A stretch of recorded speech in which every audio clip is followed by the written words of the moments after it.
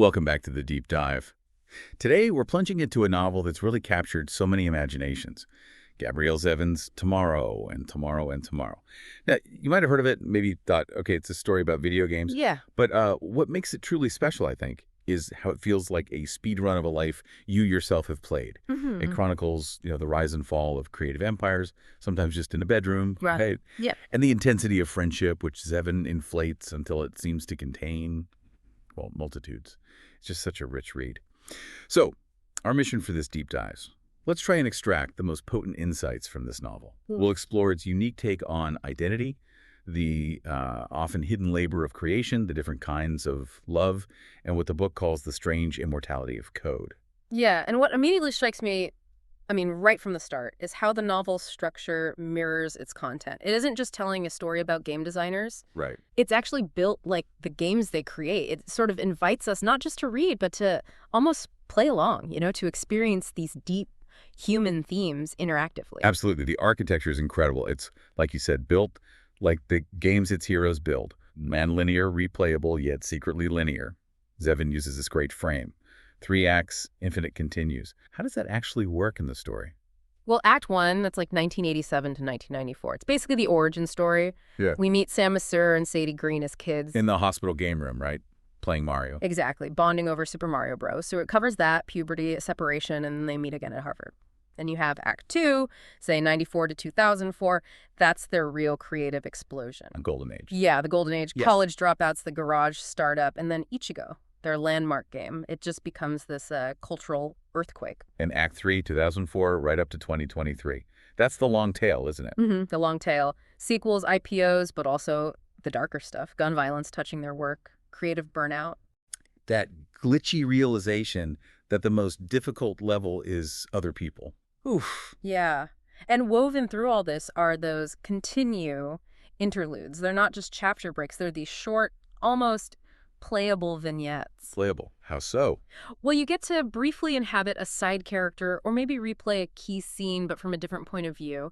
It gives it this feeling that's both cinematic and interactive, like the cursor is just hovering over someone's heart. Wow. It really deepens your understanding, seeing things from multiple angles. That totally makes sense, and it makes you invest in them. Speaking of characters, Sam Masseur and Sadie Green, they're described as co-op protagonists. Yeah.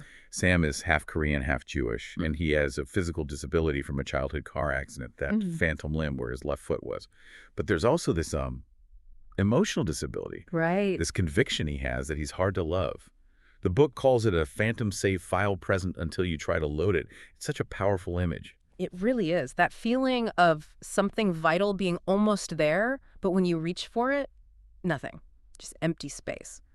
And then Sadie Green, Jewish, brilliant, beautiful. And the novel really highlights her exhaustion with what it calls the beautiful, brilliant tax every woman in tech pays in additional emotional labor. That hits hard.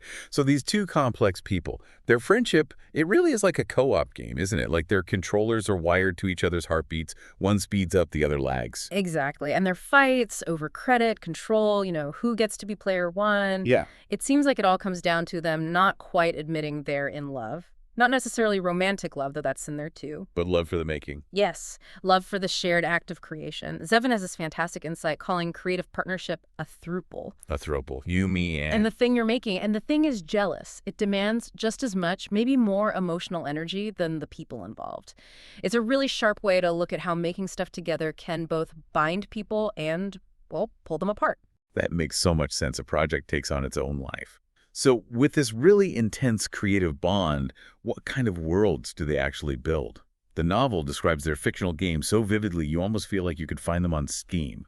Let's talk about Ichigo. That's one of their big ones. A platformer. You play a child looking for her mother in a forest that changes every time you die. Yes, but the genius mechanic, the really clever part, Go on. is that every time your character dies, it leaves a ghost child behind. And that ghost can help you on your next try, or hinder you.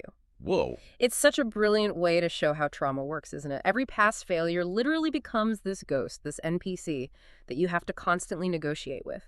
It's a powerful metaphor for how our past just keeps showing up. Yeah. And it really makes you think, doesn't it? How do we, individually or even as a society, process and move past these traumas when they leave these persistent ghosts? That's a huge question. And maybe part of the answer to Zevin suggests is in how we interact with those failures, even creatively. Like that amazing scene where Sadie codes a secret level just for Sam. Where his foot is restored. Yes. And Sam, he's like, that's sentimental.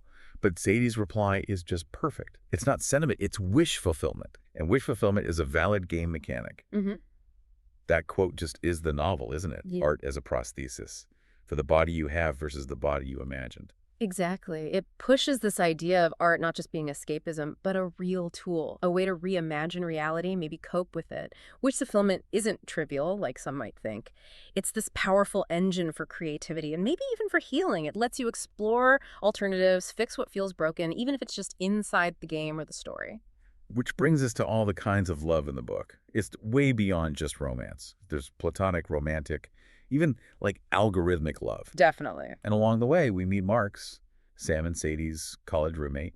He becomes their producer. The golden voice type man. Yeah. Who can sell sand in the Mojave, apparently. So the Sam-Sadie-Marks triangle, it's mostly about creation, right? Marks handles the money. Sadie designs, Sam codes. A creative partnership. Primarily. So when Mark sleeps with Sadie, Sam's reaction, it's not just jealousy. It's described like a gamer whose controller gets unplugged right in the middle of a boss fight. Yeah. The betrayal feels creative, like someone modded the game without asking. But what's amazing is how the book shows that even that injury, that conflict, can somehow metabolize into innovation. The friction sparks something new. That's a great way to put it. And the book gives us another really unique angle on intimacy with Sadie and her code. That scene. Oh, yeah. Where she loses her virginity to a TA. But the real climax only happens when the compile error on her screen finally clears. It's funny and awkward and, yeah, weirdly moving. Sex is debugging. Intimacy is iteration. It says so much about her passion, how tied up her identity is with her work. And beyond these really personal stories, the novel works as this incredible time-lapse of gaming culture, too. It takes us all the way from the old bulletin board shareware days through the pretty blatant misogyny of 90s game stores. Which is depicted so sharply, you really feel how tough it was for Sadie. Yeah. And then the post-Columbine moral panic about games. Right, leading into the rise of indie darlings on Steam and eventually the whole monetization of nostalgia. It covers so much ground. It really does. Yeah. And that moral panic part is crucial when Ichigo gets unfairly blamed for a school shooting. Yeah, that brings up the whole familiar, tired media narrative, doesn't it? Pixels make killers, girls can't code. Art needs to be profitable, not painful. Right. Society demonizing what it doesn't understand. Exactly, and it poses that tough question. Where does artistic responsibility end and, societal interpretation begin? Especially of difficult subjects. A huge question. And Sadie's response is, well, it's something. Powerful and controversial. She codes both sides. Where you play everyone involved. The shooter, victims, parents, even the gun. Gets banned in 3 states. Yeah. Downloaded by millions. Yeah. Sparks this massive debate. And it really becomes this intense case study. Can you depict trauma without commodifying it? Zevin's answer seems typically nuanced, complex, maybe yes, but the trauma might just commodify you back. That's heavy. Wow. Okay, let's circle back to Sam's disability for a moment. The novel is clear.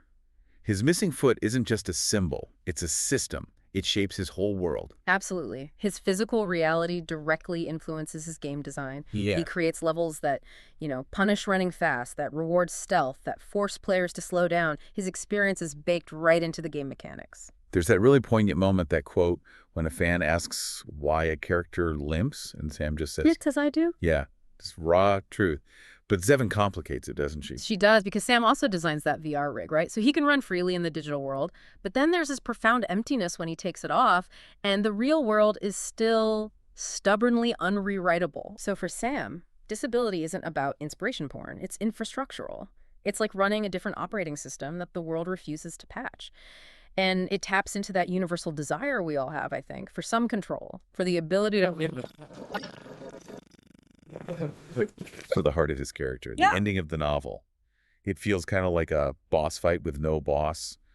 Marx's murder, just random, shocking. Devastating. And Sam and Sadie just implode afterwards. Grief, lawsuits.